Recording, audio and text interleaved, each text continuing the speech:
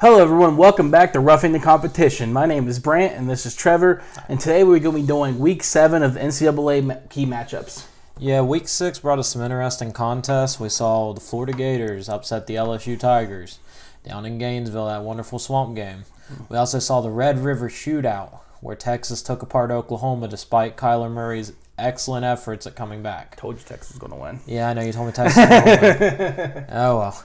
All right, well, let's go and turn our attention to Week 7, see what's going on. Kick things off, we're going to take a look at Penn State, Michigan State. Now, a lot of this looks like it's going Penn State's way, but given the fact Penn State's still in that hunt for the CFP playoff picture, we're going to take a look at it first. Brant, how do you see this game shaping up? I see Penn State winning this game, 100%. They hung in there with the best team in the Big Ten. That Ohio State game was rough. Yeah.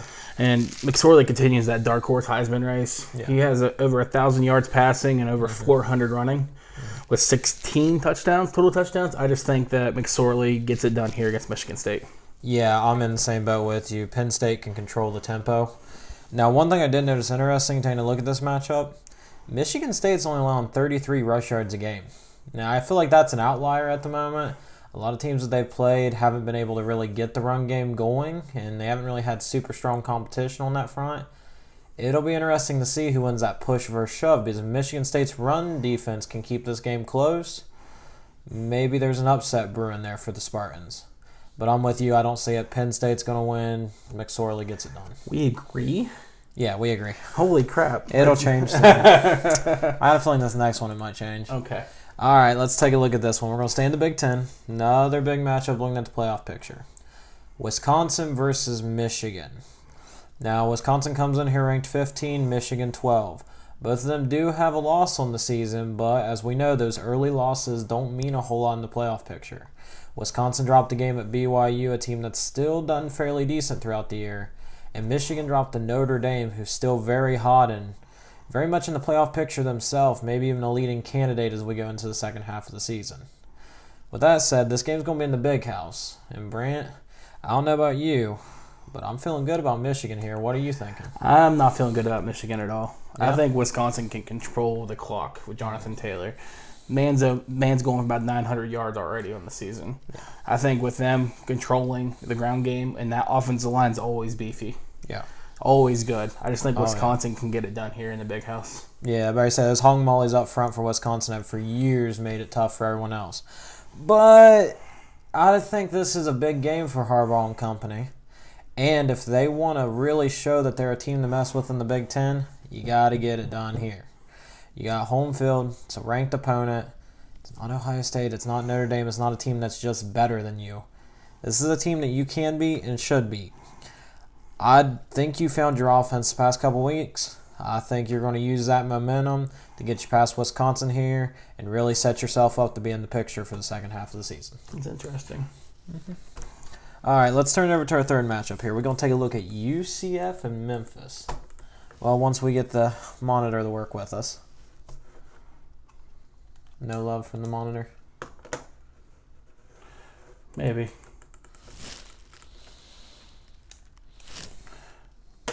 I died. Hit the enter button. All right, so... Sorry about that. Yeah, we'll let technical difficulties go to the side for now. We're going to just keep going with this, and we're going to take a look at UCF Memphis. Now, UCF is your defending national champions, according to some people. But this matchup's interesting because we've got Memphis coming to town. And I know Memphis already has a couple losses on the year, but they're one of UCF's strongest opponents and can really mess with UCF's chances. So that's why we're going to take a look at this one. Which in this case, Brant, what you thinking here with UCF? I don't think UCF's going to have any trouble here. Really, you don't see any trouble with Memphis? I don't see any trouble. That offense is averaging 575 yards a game with a senior league quarterback with Milton. Yeah. I don't see any reason why UCF shouldn't blow them out of water. Yeah, well, there is a reason why. And part of the reason this game's on here is I picked it because I'm picking Memphis. And one reason is that running back Henderson. He's quietly popped up on Heisman Watch the past 2 weeks. He's dominating, averaging almost 12 yards a carry. And you probably sit there and think, well, if he's averaging 12 yards a carry, why ain't Memphis undefeated? Memphis has played a pretty decent schedule so far. And this is a chance for them to get revenge for last year.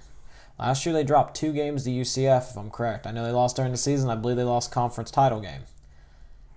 Memphis coming for revenge, and I don't think UCF can stop that running attack. And I look for that guy to go from 14 carries a game for Henderson to about 20. And at the pace he's handling, he can completely shift the dynamic of that game. Memphis in the upset. Could be interesting. Could be. Could. Yeah. All right.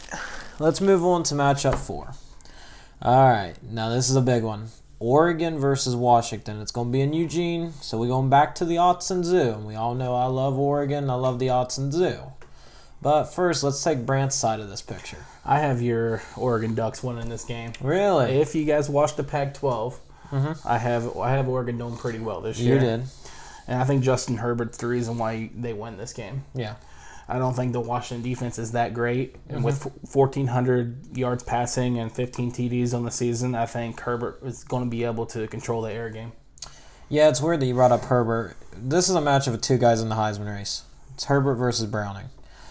If the Pac-12 is going to have someone win the Heisman title, it's probably going to be between those 2. Bryce Love's had a decent year, but he's not going to get back in the picture from the way things look. So this is a chance for both of them to put a stamp on it.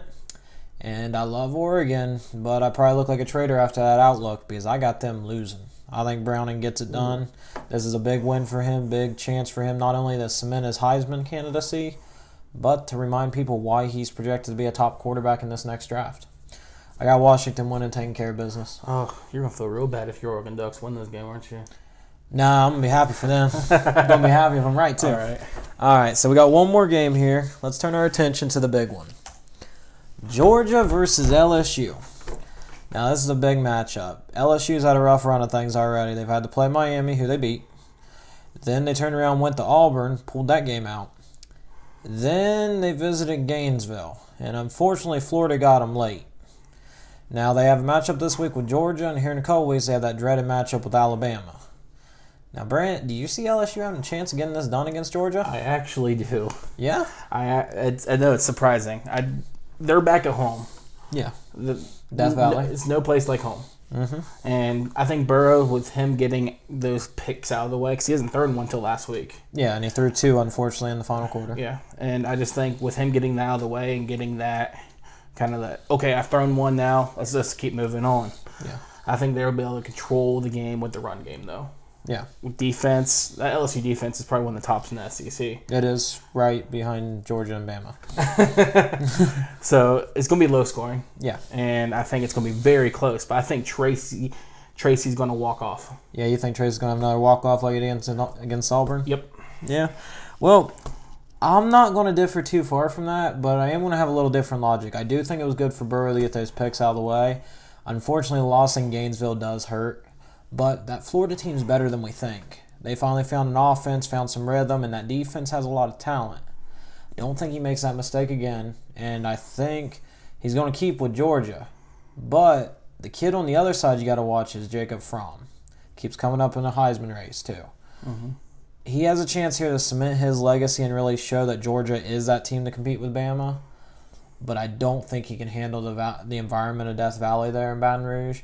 I think he's going to struggle, maybe throw a pick or 2 and cost them the game. It's really going to be up to the running back Holyfield to balance out that Georgia attack and keep them in the game. I got LSU in an upset, but it's going to be close and it's going to be ugly. It's going to be very close, and I'm probably going to be actually watching that game. Yeah. Now, that'll wrap us up here for Week 7. And as you guys know, we need you to follow us on Facebook. Or follow Follow us on Facebook. Yeah, and follow Twitter. Sorry, I got that messed up. Usually he does this part. Well, now, because you're starting to get mad at him now, aren't you? Huh? You're starting to get mad at him now, aren't you? You've just flustered me with it. That's why I thought I'd take over this part, but it's not working. All right, guys. Well, stay tuned. Stay tuned for this weekend. Yep, look forward to the NFL matchups.